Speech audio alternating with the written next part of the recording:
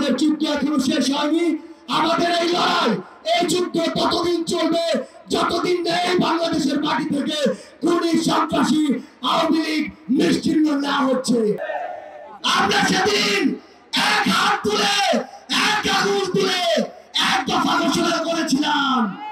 আজকে আমরা এখানে ঐক্যবদ্ধ মুষ্টিবদ্ধ হাত উঁচু করব। আমরা সবাই মুষ্টিবদ্ধ হাত উঁচু করব। এই আওয়ামী লীগ পিলখানা হত্যাকাণ্ড ঘটিয়েছে কিনা, এই আওয়ামী লীগ শাপলা হত্যাকাণ্ড ঘটিয়েছে কিনা, এই আওয়ামী লীগ জুলাই গণহত্যা ঘটিয়েছে কিনা, এই সন্ত্রাসীরা কি এই বাংলাদেশে রাজনীতি করতে পারবে?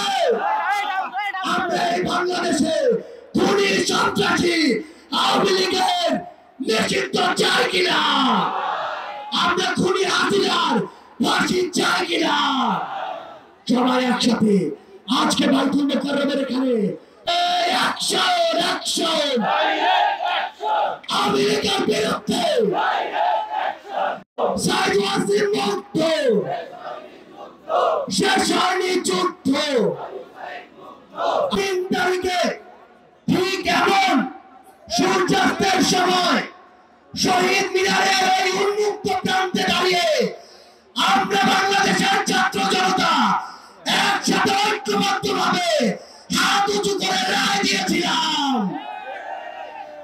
ঠিক তখন থেকে আজ 9 মাস পরে 2025 সালের মে মাসের এই 2 তারিখে এই বাইতুল মোকাররমের সামনে বাংলাদেশের ছাত্র জনতা আবারও হাত উঁচু করে ঐক্যবদ্ধভাবে রায় দিবে। আমাদের যুদ্ধ এখনো শেষ হয়নি। আমাদের এই লড়াই, এই যুদ্ধ ততদিন চলবে যতদিন এই বাংলাদেশের মাটি থেকে খুনি সন্ত্রাসী আওয়ামী লীগ নিশ্চিহ্ন না হচ্ছে। ইনকিলাব জিন্দাবাদ। Follow us on Facebook. Subscribe our YouTube channel. Get the latest update on www.daily-sun.com.